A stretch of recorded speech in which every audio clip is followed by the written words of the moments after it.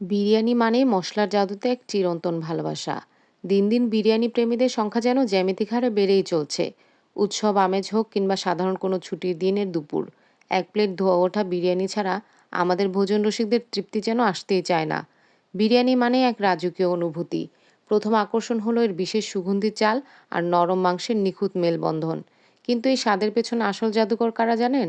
তারা হলো হাজারো পদের সুগন্ধি মশলা, যা ছাড়া বিরিয়ানি আসলে বিরিয়ানিই হয়ে উঠত না। রান্নাঘরের হাঁড়িতে যখন বিরিয়ানি বসানো হয়, তখন সেখানে দেখা মেলে মসলার এক বিশাল সাম্রাজ্যের। এলাচ, দারুচিনি, লবঙ্গ থেকে শুরু করে শাহি জিরা, জয়ফল, জয়ত্রীর সেই নিপুণ মিশ্রণ। প্রতিটি মশলারই নিজস্ব একটি ভূমিকা আছে। অনেক সময় মনে হতে পারে, এত মশলা কি আসলেই প্রয়োজন? উত্তরটা হলো হ্যাঁ, কারণ এই মশলাগুলোর প্রতিটি কণা যখন ধিমা আঁচে মাংস আর চালের সাথে মিশে যায়, তখনই তৈরি হয় সেই বিশেষ আভিজাত্য।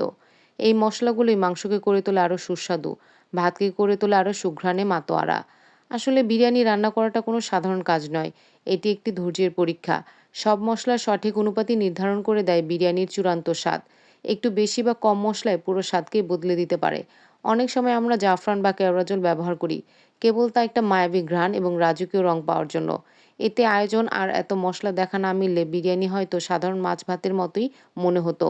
কিন্তু এই জটিল মসলার বিন্যাসই বিরিয়ানিকে দিয়েছে বিশ্বব্যাপী এক জনপ্রিয়তা। তাই তো বিরিয়ানির হাঁড়ি যখন খোলা হয়, তখন সেই স্বর্গীয় সুবাস পুরো এলাকায় মৌ মৌ করে। তখন বোঝা যায় কেন আমরা এই খাবারের জন্য এতটা পাগল।